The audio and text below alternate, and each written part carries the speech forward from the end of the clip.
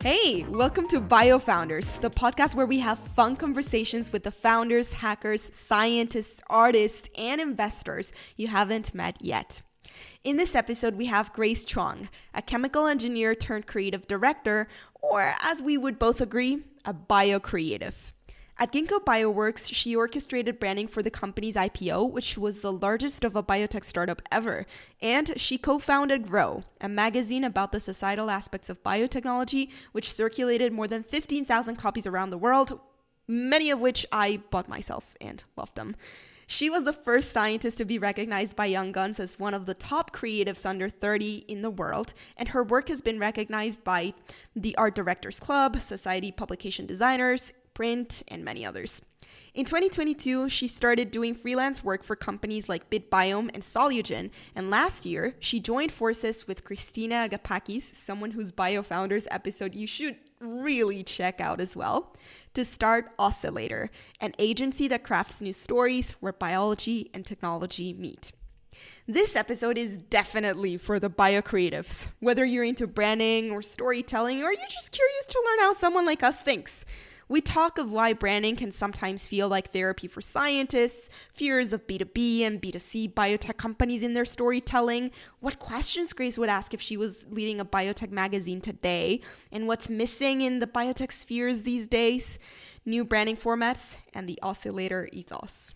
Follow me at Sofia as Bio on Twitter and LinkedIn. Follow Biofounders on any podcasting platform, and visit biopunk.life for weekly biotech news outside of Trad Pharma.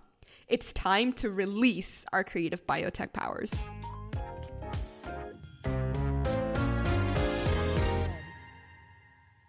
Hi, Grace. It's great to see you again. How's it going? Hello, good. How are you? I'm good, thank you.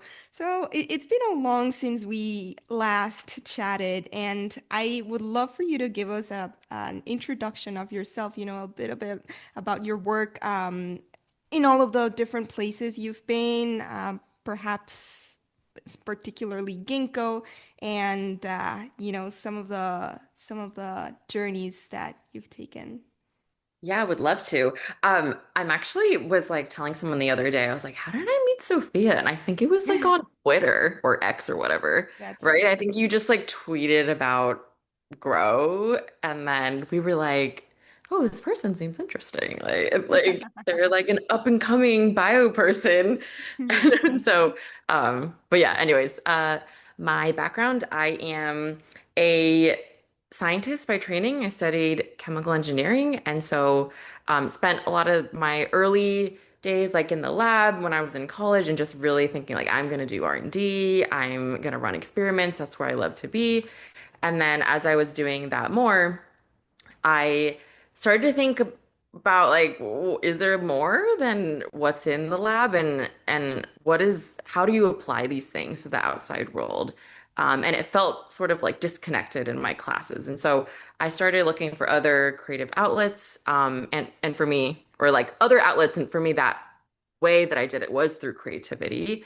And I ended up working at a film agency over the summer, helping startups tell their stories. And then I left my research lab and joined an architecture lab that was creating structures that were inspired by biology.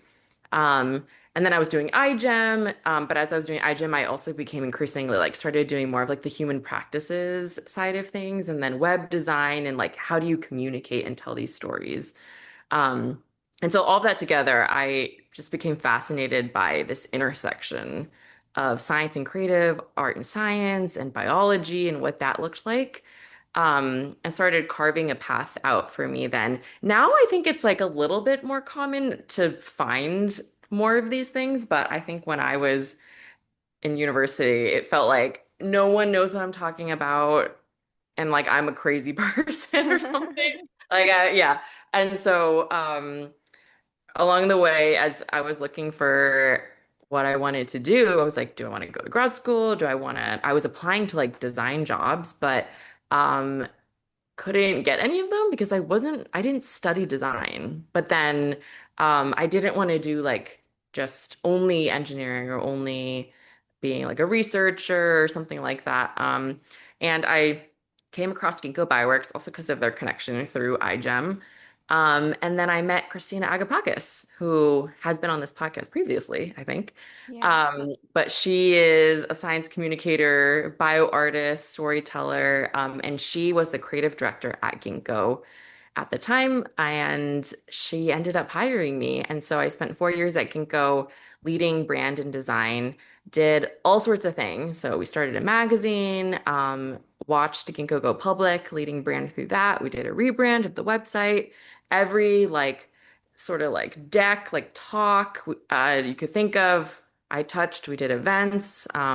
We did art exhibitions. We did a creative residency. And so that's where it was kind of like our playground of, and I just like fell in love with this world of synbio and what that looked like. And this, we would see like this future of growing everything.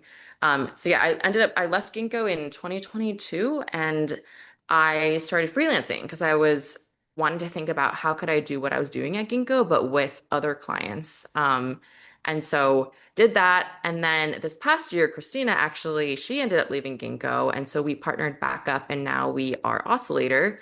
So we're a small boutique creative agency. We tell stories where biology and technology meet. And we like to say, people are like, what do you do? And we're like, we do like literally everything, whatever you need, because of all of our experience. We've just like literally like just made so many things. So we bring things to life, a lot of websites, a lot of brands, product marketing, campaigns, like photo, video, other creative like activations. And so I now work as a creative director, or I call myself a freelance creative director. So yeah, it's just been a crazy journey from starting from where I was and just kind of like building my life from, I don't know, like making it up as I go, I think is maybe the I way to can say see it. But that. And actually, the reason why I wanted to hear it from you first is because, as you mentioned, it might be a little bit more common these days, but still, the creative biologist or the creative biotechnologist, scientist, it's not a very common profile or background or something that people tend to gravitate to. In either side of the Venn diagram, I guess. So I also wanted to ask you, since you mentioned it was a little bit hard at the beginning to find a job as a designer since you hadn't majored in that in college. How did you transition from seeing this as a hobby to something that you do for a living and that becomes a profession? I imagine there might be some kind of standardization of the creative process to a certain extent. So, what really marks this difference between I'm doing this as something as a side project, something I enjoy, versus then doing it professionally? yeah, that's a really good question. I think it's been interesting. I'm actually teaching a class right now for Deep Science Ventures that's teaching brand. And like something I've realized through that is just how hard it is to learn these things in just like say you do like one project. You're not going to become a master at it. And I think like the reason why I became good at what I do is just the fact that I did it so many times over and over again and just like try different things. I always tell people like just keep making things even if they're not good or they're, you're just figuring it out.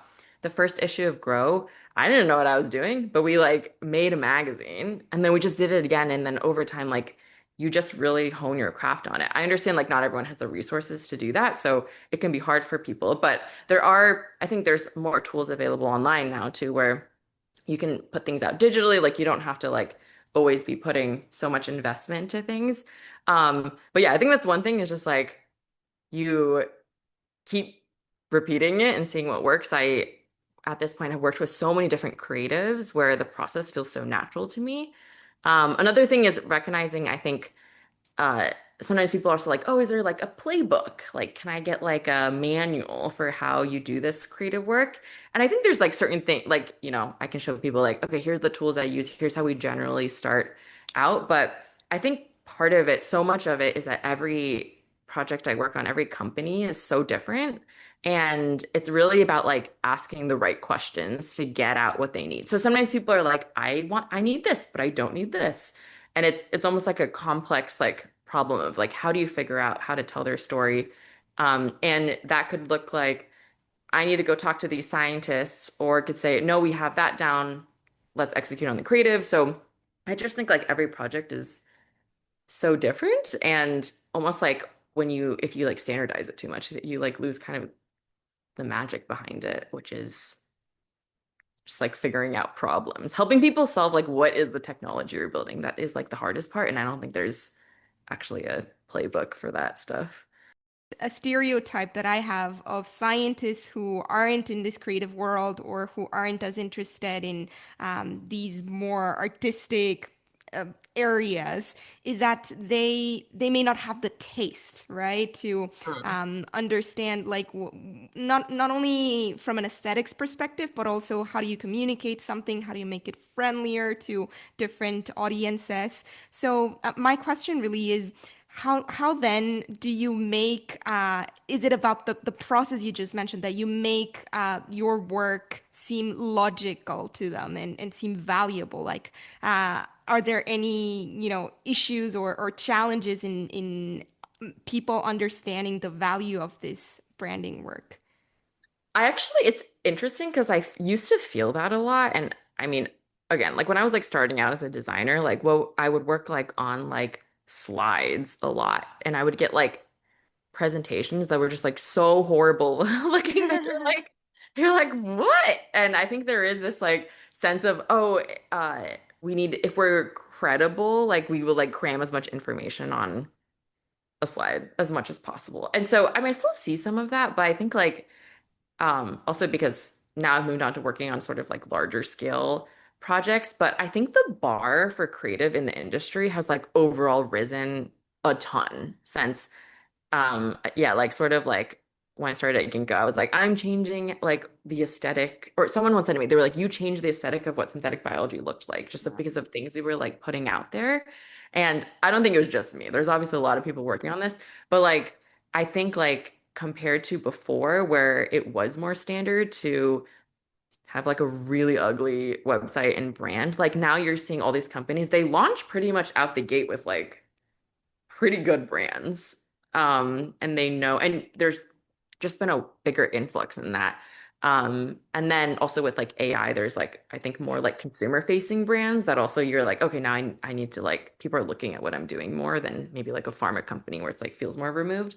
Mhm. So I've seen overall the bar has risen and so like people in general see the value of the work more. But I think the second part, what you're talking about with the taste is that, um, I think scientists, it's, I think sometimes I think it's my job to have the taste, or they hire me because they want me to have the Sure. taste and be like, this doesn't look good, or it does look good. And because oftentimes they're just like, I don't even know.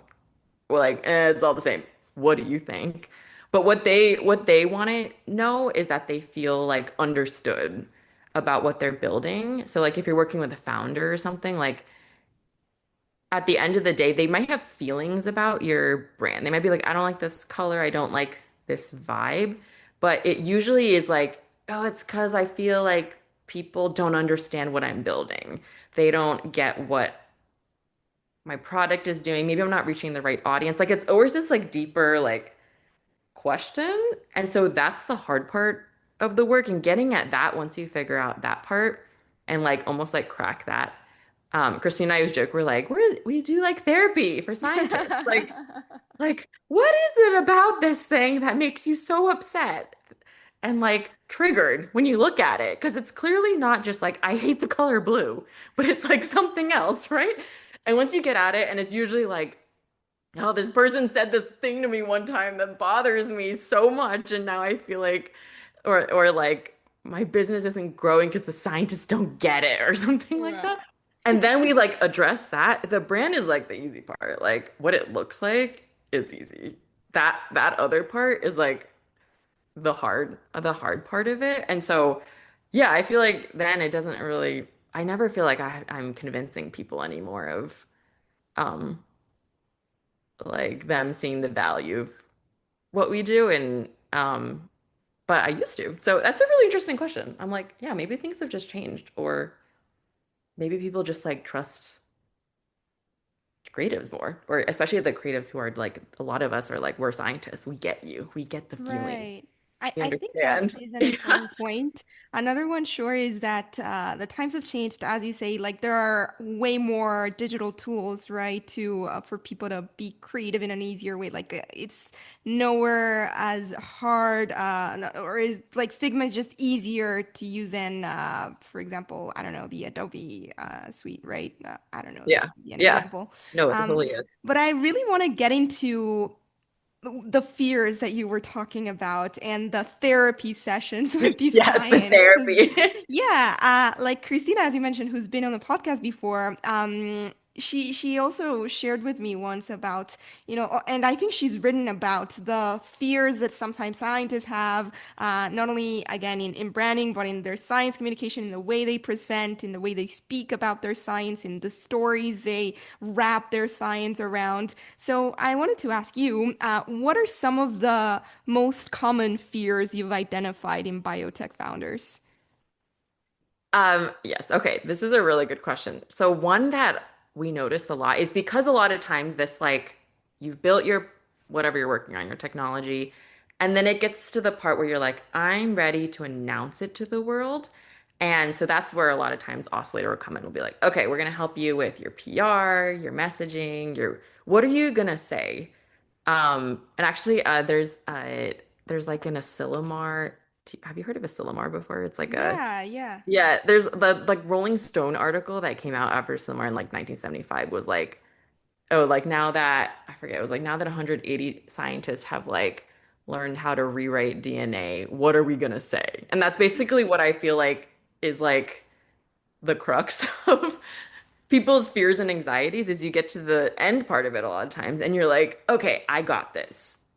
I get like I know what I'm building, but when you put it to paper and you see it, a lot of times they see it on a website, they see it in a press release, everyone freaks out and then they're like, "Oh, it's not right." Or like people are going to misinterpret it this way, like that way. So I think the fear is like what if people like don't understand what I'm building? Is it landing the right way with the audience? Is it um yeah, are the words that are it's like memorialized there, even though you can always change them because it's not that hard nowadays. But like, is that gonna be like taken the wrong way?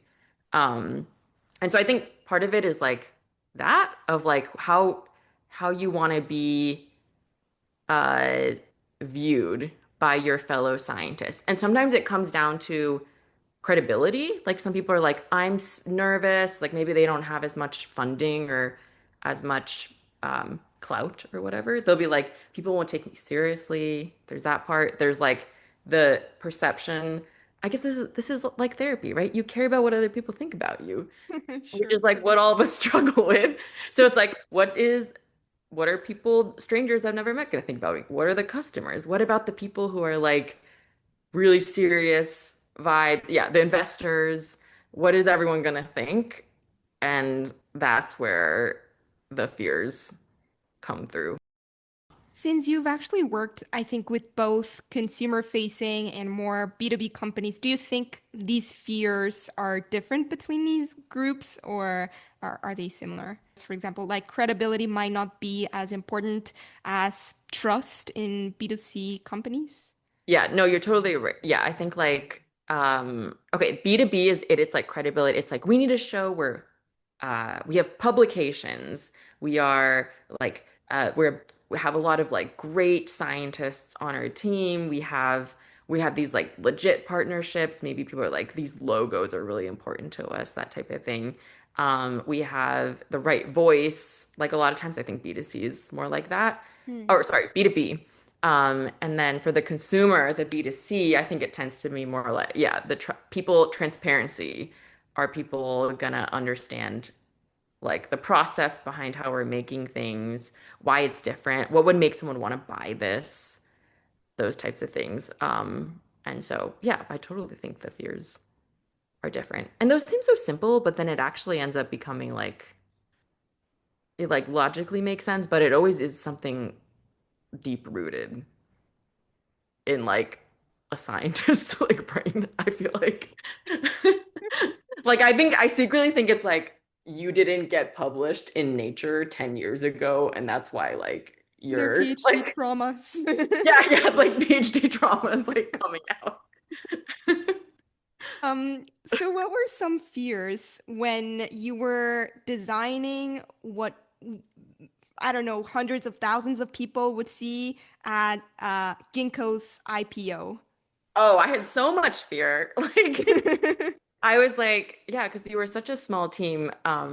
I remember, yeah, before the IPO, I woke up like, and I was like super stressed all the time. Wow. But I mean, it was okay because there's like a lot of people working on it, so you kind of know like it'll be fine. But yeah, it was. We were such a nimble team that I'd be like everything you put live.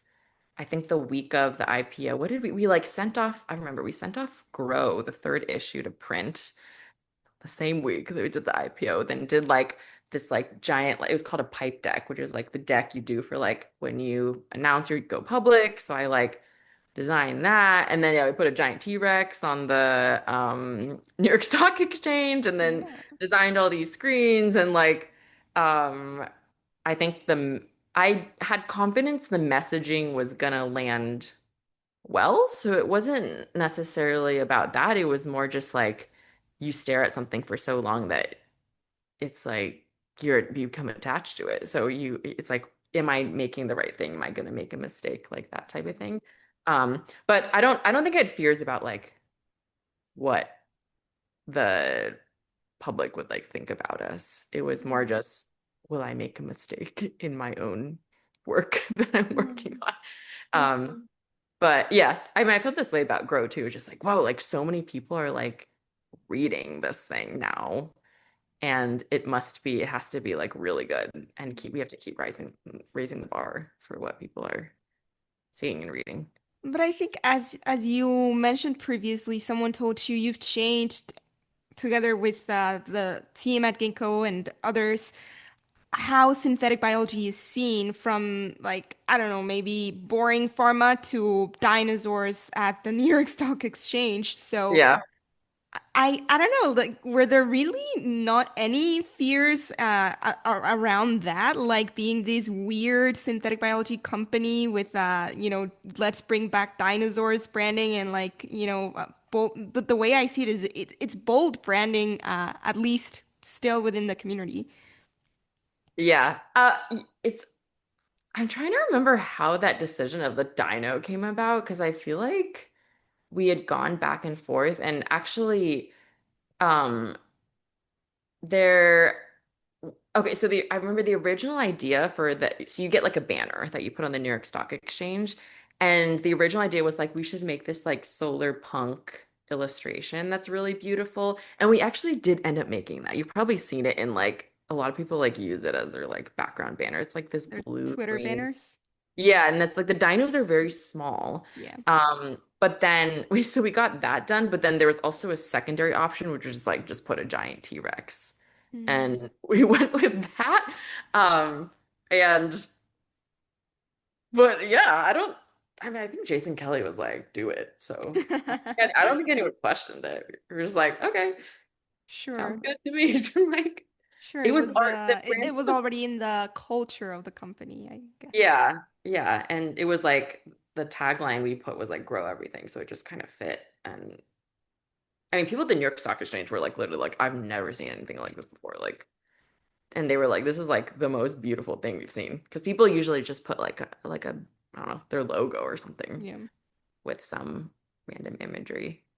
Um, I think there's power in a collective. There's power in other people, like other creatives being like, yeah, we should do this. And then you're like, okay, I'm not crazy. And then everyone Gotcha. just agrees. In the age of AI, how do you think your work has changed? I actually don't think it's changed a ton. AI is super helpful in like a lot of times some of the things you do is like naming products or like you need to ask a question, you need to search up information. Like I use it more for that. But in terms of the actual creative part of it, I think it's like sped up some things, but it hasn't changed a ton of how I approach how I work with like creatives or anything. In fact, if anything, it's made me realize I am very good at my job. And I don't think I will be replaced by AI, which That's makes me great feel better news. about everything that I'm doing. Because, yeah, I think like AI just is like dumb half the time when I'm trying, when like, if I'm trying to ask it something related to like creative things. Other times it's really good, but I think it's because of what you feed it. Um, so I think it's been fascinating seeing illustrators or artists, they've been learning how to use AI as a tool in their work. So Yeah. like I think that's really interesting. Um, but in terms of like how we work with clients or with companies, again, it's so much is like talking to a scientist and help like understanding what the goals are and what they're building that I don't think AI can replace that part of it. And then going and strategizing, executing on like a creative vision. Um, so yeah, a lot of the projects I'm working on are AI companies, but I don't actually use AI to like do my work that much, except for asking ChatGPT to think things, which I think everyone does. Um, I haven't found ChatGPT to be so good at naming, actually, but it's not good at naming. It gives you bad things, but like it's good at telling you words that could be interesting that then you have to like combine and feed in different ways. Um, but yeah, I'm curious, but for you, like have you found like AI, how has it changed your work? I always question myself if I'm just a bad prompt engineer or if AI is actually not as helpful in, for example, image generation as I would like for it to be. Maybe, I want sometimes something very specific, and, for anything that involves text, for instance, I know it's just going to be terrible. Yeah, I don't really enjoy the process of working with AI as much as I enjoy, avoiding its use. So I guess yeah, for writing, yeah, I just don't think AI is a writing tool, which many Yeah. people confuse AI for that. But I think it's maybe a new good browser at best. Yeah. I So think far. like AI is great for like, oh, I need to write an email and I'm lazy. Like, sure, get AI to write it. Or um yeah, like you were saying with image generation, I've used it to like, I mean, I've made a lot of like cards for friends actually with AI. Of just like I make like cute little like illustrations and I like print it out on a card. That's been fun. But anything with science, it's like if I'm like make this molecule, it like does not know how to No, make it. it's hard. Like We need a new bio render with AI. yeah, it just like it's like I don't even it'll just like give me like H2O perpetually. And then yeah, science, right? I don't think it can replace like a science, the nuance of like a science journalist who you're going out and being like, I want this is the angle of the story. Like I don't know, maybe we'll get there. But Yeah. I It don't think feels so. like the times, the vibes in the symbio community, which many people aren't using the term symbio anymore, I think, Yeah. by the way, which, is telling of how the storytelling has changed in the last few years. And I was obviously, and I still am a huge fan of what you did at Grow. Telling stories is specifically at the intersection of society, culture, and science. So it was not only this like hard science magazine, but it was really asking the ethical and societal questions, which I loved.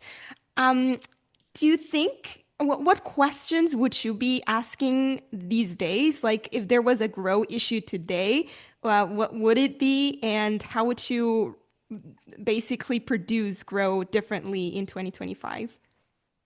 I think that Grow was like I mean, I think so many of the pieces that we wrote are going to be like evergreen, and I hope that people still read them later because I think they'll still apply. But yeah, I think like nowadays the conversation is like, why is nothing working? Basically, I think that's what we need to figure out. And a lot of people have tried to figure it out. Like there's a ton of new ways of alternative funding that people are exploring, like the more like open science, sort of like a Stereo Institute. There's Convergent, which is creating like Froze, like a different type of like nonprofit startup. So people are trying different things. There's or like Future House is like funded by philanthropy. So there's like that route. Okay, like what if you remove like an investor pressure or something like that? Um, then a lot of people are talking about scale up, a lot of because or like tech transfer because a lot of those things were failing. Um, and then obviously with AI, everyone's like, okay, and then now we can test all these things. People are building tools, but it's like fascinating because I think because I see such a landscape now of like, yeah, and Synbio is kind of in like a winter right now. Like, Synbio is like dead like, a little bit. It's dead. Oh, Even like the other day, someone was like, we don't even say the word biotech to investors because when they hear biotech, they like freak out. But you say what do AI. they say then? No, you say like biology and AI, and then people are Hmm. like, "Oh, cool." Like, they're like, Whatever plus AI is cool. yeah. Just add AI. We're like, yeah, then it sounds fine. I think the question is like, how do you build science that actually works?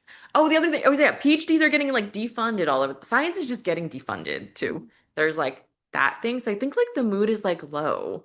Um, and people are building it's like the mood is low, but people are like launching a bunch of like tools, but then like no one's like making anything. Hmm. It's like we're helping it make it easier for you to find a protein, but then like how do you actually make it into a product? Like no one has like quite figured that part out yet. Or like, oh, I'll help you like analyze your data faster. But then it's like, what about what like actually making the medicine or something like that? Mhm. Um, and And so I some think people that's are what, talking about scale, as you say, right? Like it's one thing to design millions of proteins with AI. Another thing it is to be able to produce them for millions of people and then to turn them into a product that potentially millions of people would want. yeah. And then, oh yeah, and then there's people working on scaling. So they're like, I will help you like scale your product. But I think, okay, I think what it comes down to is like, to me, a lot of these things are like band-aid solutions. And it's like, what are we building? I think that's what it needs to come down to is like, is the thing that you were making useful for people to begin with? Even like all these like LLMs and stuff, a lot of them were like, oh, like cool, we like made it so that you can like, I don't know, like find new proteins, enzymes, find new things that didn't exist before. But then they're like, oh, actually, like, how do I turn this into business? And people are like, I don't know. So it's like, yeah, it's fascinating. But I think that's what, like, how do you build things that people want? And that's what I would make grow about. How do Hmm. we fix science? Wow, How do we it's like, a big it's a big question. How do you actually like cure cancer? Like, it's like everyone's focusing on building AI for it, but then like who's actually like doing the hard work of like doing the thinking about how to do it? It's like I feel like we've like lost something there. Um, so I don't know, maybe people give me hate for this, but the does that make sense? It's like everyone's working on the tools, but no one's working on like the thing. final The product. problem. How do you solve climate change? They're like, let me make you a tool to like help this other company. So like you can do it. I will sell to this other company so you can solve climate change, but I will make a tool for you. It's like the problem of climate change is too hard. So let me make an AI thing. Well, some say that we need to start with the tools, right? So then we Yeah. can produce better things. And, like, of course, DNA synthesis and sequencing are tools in a way that will unlock many other things. But maybe what you're saying is, especially AI tools, are just like maybe they're not being translated into solutions, like for Yeah. consumers. And I think we'll get there. I'm optimistic. I think we'll get there. It'll just take some time. But you're right. I think like, yeah, the tools that scientists have been using have been limited. And so it is fascinating now. Like there's all these like different possibilities of what could be possible. And I think that's really, really powerful. Hmm. But right now it's just like a little, we're in that like, it's like a little bit angsty. Like, are we gonna figure it out? Hmm. We don't want to roast any clients here, but since you've Yeah. worked with tech bio companies, I'm curious to know, like, what you've already mentioned some opinions there, but how do you brand for something that everyone is doing? And it might not be, only in AI plus bio, but also I've seen many, like headers in landing pages of biotech companies that they're like, we are revolutionizing X. And Yeah. I think there are certain words in particular that have lost meaning, like disrupting, revolutionizing, Oh, innovating. totally. Yeah. They've been so popular, in previous years that now they don't mean anything at all. And so when everyone is at the same time producing products that are very similar, using very similar like thinking processes and methodologies, so like I imagine that can be a branding challenge as well. Oh, it's completely a branding challenge. And actually, this is a struggle I had a few days ago because I was like looking at things on Twitter and LinkedIn, and I was just like, everyone is saying the same things. Like I feel like I'm stuck in this like cycle where people are just like repeating the same things over again. The yeah, like even like it's interesting seeing even the words that Ginkgo we use like 10 years ago reappearing Wow. in people's messaging now. And it's like the exact things we wrote that are just like reappearing. And I'm like, is it because like either no one's thinking they really liked what they did or like ChatGPT told them about this? I'm not sure. But like it's like one of those things. And then, or yeah, like I saw like a company launches and I'm like, oh, cool video. Looks like this other video I saw like 3 weeks ago that someone else launched its thing. So I don't know if I've actually quite figured it out. It's I think like it does feel like there's a lot of new things that are coming about that are all feel like kind of the same. I think some of it has to do with like I'm going on a tangent here, but like IP is just like people don't you they don't want to infringe on other people's IP or like use anyways, so then they're like, let me build like my own thing because then I will own this versus like a different company owning it. So like what if all the amazing protein models in the world just joined forces and we could make like the smartest one possible? But then people are just making all these their own, I think. So I think anyways, the IP landscape is interesting. But yeah, I think with branding, it's like um I obviously like look at a lot of references and okay, what are other companies doing in this space? And then I'm always like, how can we make it different? So we see like a lot of this style or this color or and like I think that's part of the like narrative and like messaging work that Christina and I do up front is like what makes you different?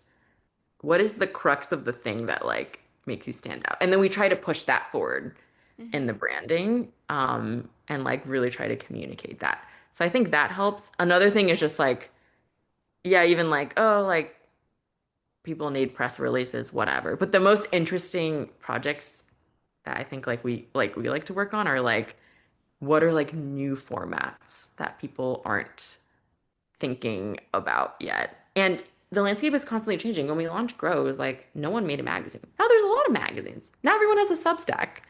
So it's like, what's next? You know, like what's like the new thing of what hasn't been seen yet? Any thoughts you'd like to share there? I know that you've also done some like physical, stands at conferences and so on, building Yeah, communities. I think like the era of what's next is actually this is like our little project that well, I don't know if it's little, but it's percolating. I'll say it on your podcast. I don't think like it'll be fine. But so we're trying to launch a store called Poo. It's the acronym is Peculiar Organic Objects, but then it is short for poo because we thought it was funny. But like I think like basically the idea was like science is sad. What we need to do is like build culture around science, and that's what's missing. And people are missing joy. People are missing things that like you can hold on to and that you can buy and like products in the world. So we're like, what if we like curate all these amazing products that already exist out there? But then also there's a vision where it's like we could also go and make things and then like sell them. So I think like that's where I see like like the is like TikTok and influencer marketing basically. Like what does that look like Hmm. with um how With we tell people's biotech. stories? Yeah, yeah, I think like the written content is still great, but it's like a little oversaturated right now, but no one is doing like, yeah, culture and like community building feels like something that there's space to play there.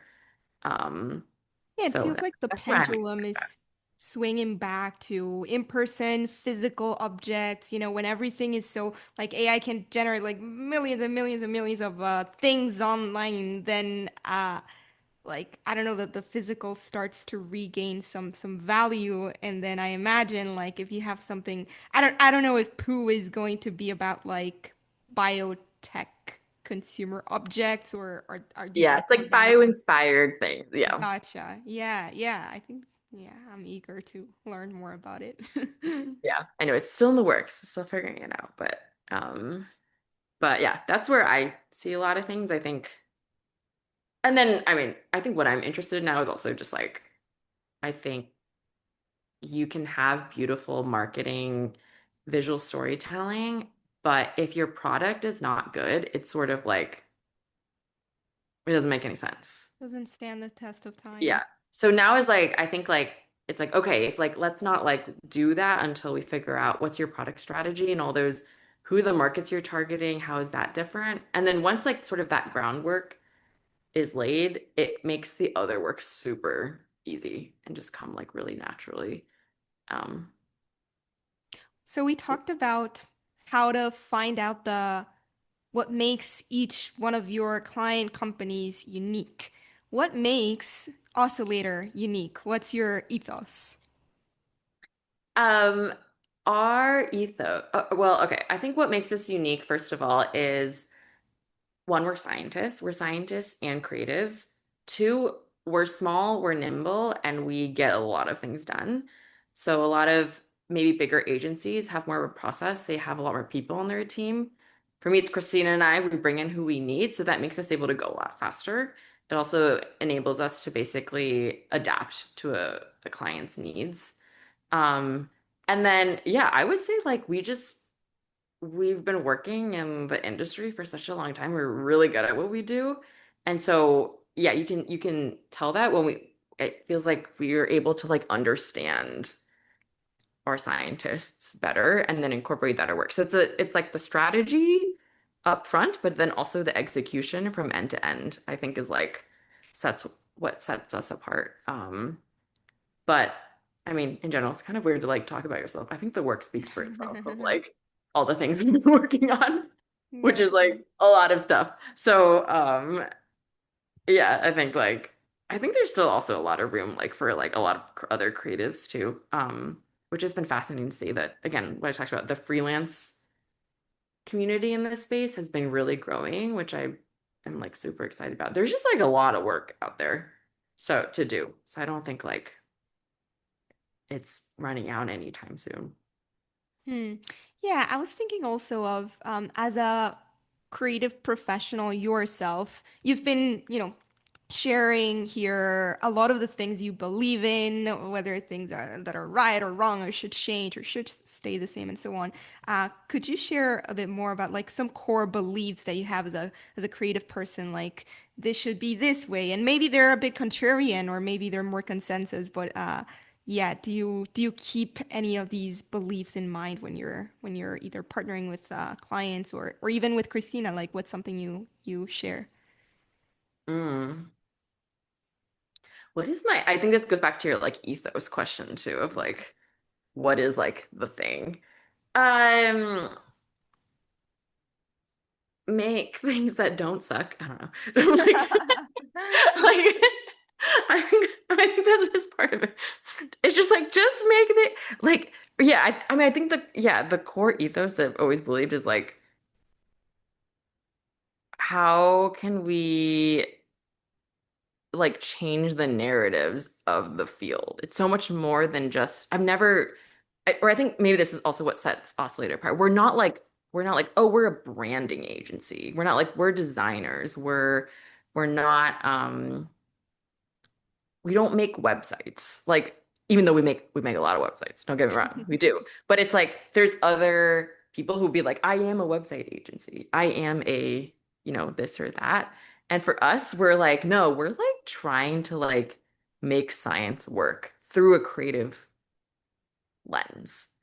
And I think that's a core belief to what I'm doing. It's like, it's not just, oh, I make things look nice. It's like, through my work, can I mold someone's experience? That we just redid like Plasmidsaurus's website, and it's like this whole experience of how someone finds all this information and understands what they're buying and what the value of it is, and making the whole experience. It was so much more than just like a branding exercise or like something like that. And so I think that's something that, yeah, I hold very strongly. It's like I'm not like a glorified designer. It's not that I just look at things and I'm like, oh, this would be cool, this would be trendy, but it's like really thinking deeply about what the technology is. And if the technology, if we're like something about it is like it doesn't make any sense, we don't work on it. But if it's like there's something there and like we can help you figure it out because it's interesting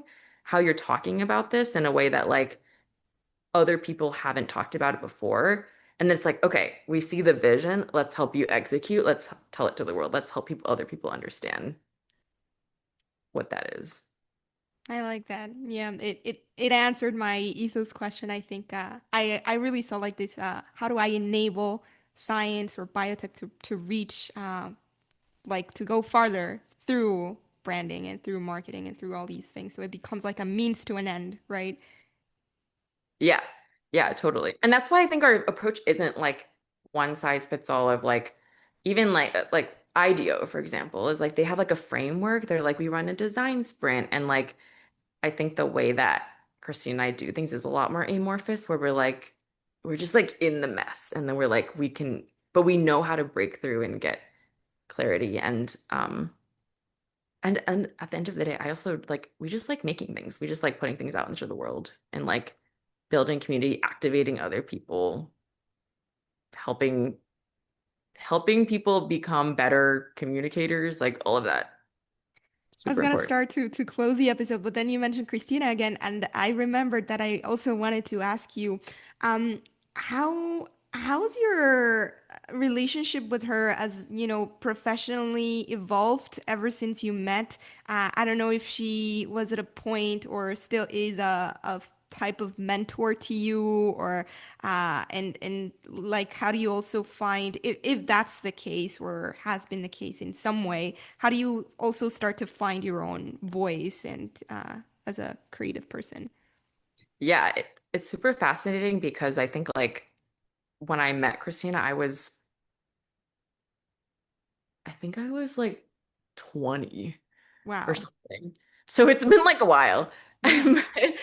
And so like she's had such a big influence on shaping the way I think. And she was my manager, she was my boss.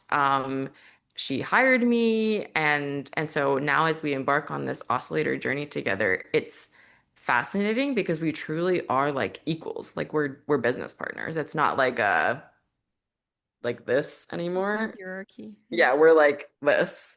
And it's like, what do you think? And I think our superpowers are just so different from each other. Like she's the words person, I'm the visual person. Mm. We have overlapping strengths.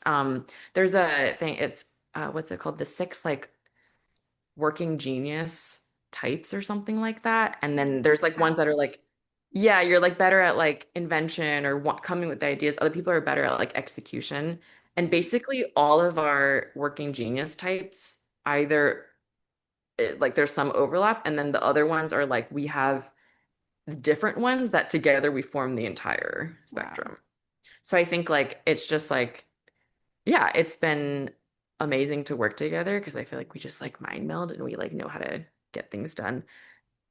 So she obviously still is like a huge, I think always will be a mentor to me, but the relationship has really evolved to just be like, hey, like what are we making? Let's do it. And I think part of that was also when I went freelance as well. And I started doing things for myself because at Ginkgo, there was a part of like, you're always part of a team, which is great. But like, sometimes you're like, oh, it wasn't just me. It was a lot of people working on this. And so freelancing was like, felt like this is me. This is what I'm doing. And I can do this on my own. I can get clients. I can be a voice. And then I launched a couple of projects on my own too. I did like the Bio Creative Index, which was like a community of people working at the intersection of bio and something creative. And that was something I was like totally, I was like, I'm gonna do this. Even like Pooh was like, I was like, let's make this. And then, but now obviously Christina and I, we just like to cross-pollinate. So we're always working on other projects for other like each other and that type of thing. Um, but yeah, I feel like I've really like found my voice there. And then last year I was selected as part of this as part of the One Club for Creativity, but it was like the top creative 30 creatives in the world, which was like a crazy award to get. But from what I know, I'm the first scientist to ever be selected for that. And like this competition, if you've ever watched like Everything Everywhere All at Once, Yeah. won the Oscars. Like the directors of that movie won this award like Wow. many years ago. So it's like a very like prestigious award in the community. And to be like, oh no, like I like hold my own as a creative in addition to being a scientist, I think was like, yeah, it was great. And so I see now just like really, yeah, there's having my own voice in like the field, which is amazing. Last but not least, what do you usually consume on your day-to-day, both as a creative and as a scientist? Whether that's books or Substacks you follow, or I don't know, YouTube videos, Pinterest boards you have. Like, what kinds of tools and practices, perhaps rituals, keep you creative and critical at the same time? I've been told I have like a weird, like encyclopedic knowledge of like people who make things. I'm always like, oh, have you heard of this thing? Like, send like I have like links everywhere. So I think, I mean, obviously we're always consuming things through like X, Reddit, Instagram, but my like ritual is like every time I see something I really like, I bookmark it and I go find the creative who made it. So then I can save it and then later I can be like, oh, right, like we should bring in this person to work on that thing. And then I think that's why also like a lot of the work that we produce is always very different because we're not always working with the same person. So yeah, that's how I keep myself like creatively inspired is I think looking at what other people are doing and then even way outside the industry and then thinking about how we can combine them in new ways to make new things. Do you Uh, also do that for creatives who are no longer alive? that's a good question. Not really, but I mean, I guess like if I found something on Pinterest that referenced someone who wasn't alive, Sure. yeah. But I think I wouldn't really know until I looked them up. But yeah, it tends to be like, okay, what's like the thing that like if someone's like, I launched this thing, I'll just be like, oh, who did the brand for that? Let me go look. That's Yeah. awesome. Well, thank you so much for sharing all these stories. I I just really love the therapy analogy to branding and all of these awesome insights you shared, Grace. I I really just vibe with you, at a level of, well, we're both creatives in science or scientists in creativity, whatever. So yeah, again, thank you for being here. Thank you for inviting me. This was great. I'm excited to see where your podcast also goes.